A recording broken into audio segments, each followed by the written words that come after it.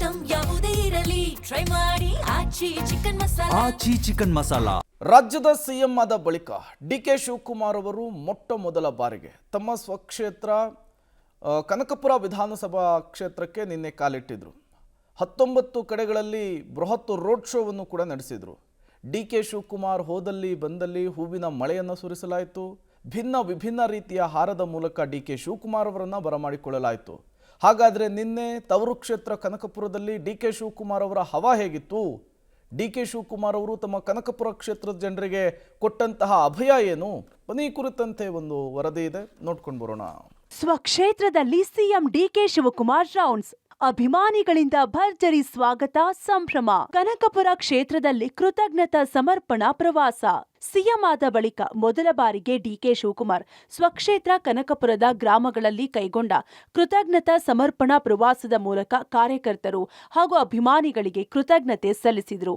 ತಮ್ಮ ನೆಚ್ಚಿನ ನಾಯಕನಿಗೆ ಅಭಿಮಾನಿಗಳು ಭರ್ಜರಿ ಸ್ವಾಗತ ನೀಡಿದರು. ಕನಕಪುರ ಕ್ಷೇತ್ರದ ಪ್ರತಿ ಗ್ರಾಮಗಳಿಗೆ ಭೇಟಿ. ಮಧ್ಯರಾತ್ರಿವರೆಗೂ ಮತದಾರರು ಅಭಿಮಾನಿಗಳ ಭೇಟಿ. ಆರಂಭದಲ್ಲಿ ಹಾರೋಹಳ್ಳಿಗೆ ಬಂದ ಡಿಕೆ ಶಿವಕುಮಾರ್ಗೆ ಭರ್ಜರಿ ಸ್ವಾಗತ ಸಿಕ್ಕಿತು. ಮಧ್ಯರಾತ್ರಿವರೆಗೂ ತಮ್ಮ ಪ್ರವಾಸ ಮುಂದುವರೆಸಿದ್ರು. ಕನಕಪುರ ಕ್ಷೇತ್ರದ ಪ್ರತಿ ಗ್ರಾಮಗಳಿಗೆ ಭೇಟಿ ನೀಡಿದ ಸಿಎಂ ಡಿಕೆ ಶಿವಕುಮಾರ್ ಭೇಟಿ ನೀಡಿ ಅಭಿಮಾನಿಗಳಿಗೆ, ಕಾರ್ಯಕರ್ತರಿಗೆ ಕೃತಜ್ಞತೆ ಸಲ್ಲಿಸಿದ್ರು.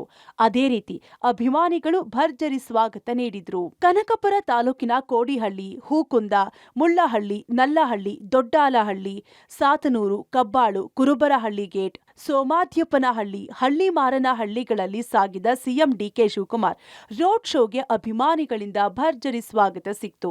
ತಮ್ಮ ಪ್ರವಾಸದುದ್ದಕ್ಕೂ ಜಮೀನು ಮಾರಿಕೊಳ್ಬೇಡಿ, ಯಾರೊಂದಿಗೂ ಗಲಾಟೆ ಮಾಡಿಕೊಳ್ಬೇಡಿ, ವಿನಾಕಾರಣ ಪೊಲೀಸ್ ಕೇಸ್ಗಳನ್ನ ಮಾಡಿಕೊಳ್ಬೇಡಿ ಎಂದು ಸಲಹೆ ನೀಡಿದರು. ಬಿಜೆಪಿ ಜೆಡಿಎಸ್ ಕಾರ್ಯಕರ್ತರು ನಮ್ಮವರೇ, ನಿಮಗಾಗಿ ನನ್ನ ಹೃದಯದ ಬಾಗಿಲು ತೆರೆದಿದೆ ಎಂದು ಹೇಳಿದರು. ಏನಾಯ್ತು ಅನ್ನೋದನ್ನ ನಾನು ಚರ್ಚೆ ಮಾಡಕ್ಕೆ ಹೋಗುದಿಲ್ಲ, ಅವಶ್ಯಕತೆ ಇಲ್ಲ. ನಾನು ಜನತಾದಳ ಕಾರ್ಯಕರ್ತರಿಗೆ ಹೇಳ್ತಾ ಇದ್ದೀನಿ, ಈ ಡಿಕೆ ಶಿವಕುಮಾರ್ ಕಾಂಗ್ರೆಸ್ ಮಾತ್ರ ಅಲ್ಲ, ನಿಮಗೂ ಕೂಡ ಈ ಡಿಕೆ ಶಿವಕುಮಾರ್ ಇದ್ದಾನೆ. ನನ್ನ ಮನೆ ಬಾಗಿಲು ನಿಮ್ಗೂ ಕೂಡ ತೆರೆದಿದೆ. ನೀವು ಕೂಡ ನನ್ನನ್ನ ಯಾವ ರೀತಿ ಉಪಯೋಗಿಸ್ಕೊಂಡು ನಿಮ್ಗೂ ಒಳ್ಳೇದಾಗ್ಲಿಕ್ಕೆ ನಾನು ಎಲ್ಲ ತರದ ನಿಮ್ಗೆ ಸಹಕಾರ ಕೊಡ್ಲಿಕ್ಕೆ ನಾನು ಸಿದ್ಧವಾಗಿದ್ದೇನೆ. ಕುಲದೇವತೆ ಕಬ್ಬಾಳಮ್ಮ ದೇವಾಲಯದಲ್ಲಿ ಪೂಜೆ. 101 ಈಡುಗಾಯಿ ಒಡೆದು ಅಭಿಮಾನಿಗಳು ಹರಕೆ. ಕುಲದೇವತೆ ಕಬ್ಬಾಳಮ್ಮ ದೇವಾಲಯದಲ್ಲಿ ಡಿಕೆಶಿ ವಿಶೇಷ ಪೂಜೆ ಸಲ್ಲಿಸಿದ್ರು. ಈ ವೇಳೆ ಆರತಿ ಬೆಳಗಿ ಡಿಕೆಶಿಗೆ ದೃಷ್ಟಿ ತೆಗೆದ ಯುವತಿಯರು.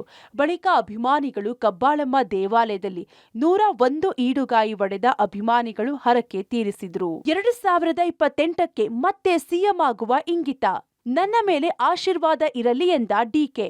ಕಬ್ಬಾಳಮ್ಮ ದೇವಿ ದರ್ಶನ ಪಡೆದ ಬಳಿಕ ಡಿಕೆಶಿ ಮಾತನಾಡಿದರು. ನಿಮ್ಮನ್ನೆಲ್ಲ ಪದಗ್ರಹಣ ಕಾರ್ಯಕ್ರಮಕ್ಕೆ ಕರೆಯಲು ಆಗಲಿಲ್ಲ, ಹೀಗಾಗಿ ನಿಮ್ಮ ಆಶೀರ್ವಾದ ಪಡೆಯಲು ನಾನೇ ಬಂದಿದ್ದೇನೆ ಅಂದ್ರು. ಚನ್ನಪಟ್ಟಣ, ಮಾಗಡಿ, ರಾಮನಗರ, ಕನಕಪುರ ಸೇರಿ ಎಲ್ಲಾ ಕಡೆ ಕಾಂಗ್ರೆಸ್ ಗೆಲ್ಲಿಸಿದ್ದೀರಿ. ನಾನು ಕೇವಲ 2 ವರ್ಷ ಸಿಎಂ ಆಗಬಾರದು, 2028ಕ್ಕೆ ಮತ್ತೆ ನಮಗೆ ಆಶೀರ್ವಾದ ಮಾಡಿ ಎಂದು ಸಿಎಂ ಆಗುವ ಇಂಗಿತ ವ್ಯಕ್ತಪಡಿಸಿದ್ರು.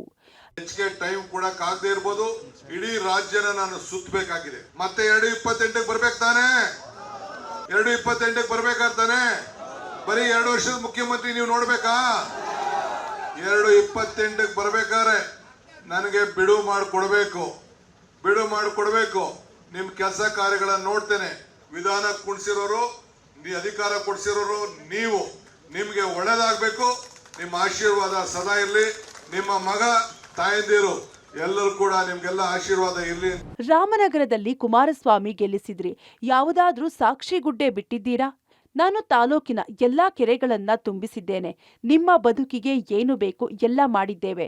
ಮೇಕೆದಾಟು ಒಂದೇ ಒಂದು ಉಳಿದುಕೊಂಡಿದೆ, ಅದನ್ನು ಪ್ರಯತ್ನ ಮಾಡಿ ಮಾಡುತ್ತೇನೆ ಎಂದು ಡಿಕೆಶಿ ಮಾತು ಕೊಟ್ರು.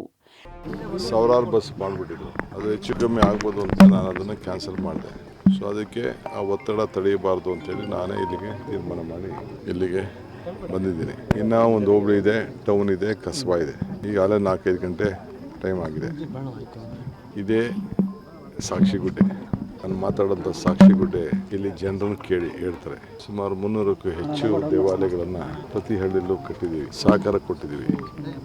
ಜನ, ಎಲ್ಲ ವರ್ಗದ ಜನ ನಮ್ಗೆ ಆ ರೀತಿ ಆಶೀರ್ವಾದ ಮಾಡಿ ವಿಧಾನಸಭೆಗೆ ಸತತವಾಗಿ ಕಳಿಸ್ಕೊಟ್ಟಿದ್ದಾರೆ. ಅವ್ರ ಋಣ ತೀರಿಸಬೇಕು, ಅವ್ರಿಗೆ ಕೃತಜ್ಞತೆ ಹೇಳಬೇಕು ಅಂತ ಬಂದಿದ್ದೀನಿ. ಸಾತನೂರು ಸರ್ಕಲ್ನಲ್ಲಿ ಸಿಎಂ ಡಿಕೆಶಿಗೆ ಬೆಲ್ಲದ ಹಾರ, ಪೈನಾಪಲ್ ಹಾರ, ಕೊಬ್ಬರಿ ಹಾರ, ಆರೆಂಜ್ ಹಣ್ಣುಗಳ ಹಾರ ಹಾಕುವ ಮೂಲಕ ಅಭಿಮಾನಿಗಳು ಅದ್ದೂರಿ ಸ್ವಾಗತ ನೀಡಿದ್ರು. ಡಿಕೆ ಎಂದು ಅಭಿಮಾನಿಗಳು ಘೋಷಣೆ ಹಾಕಿದ್ರು.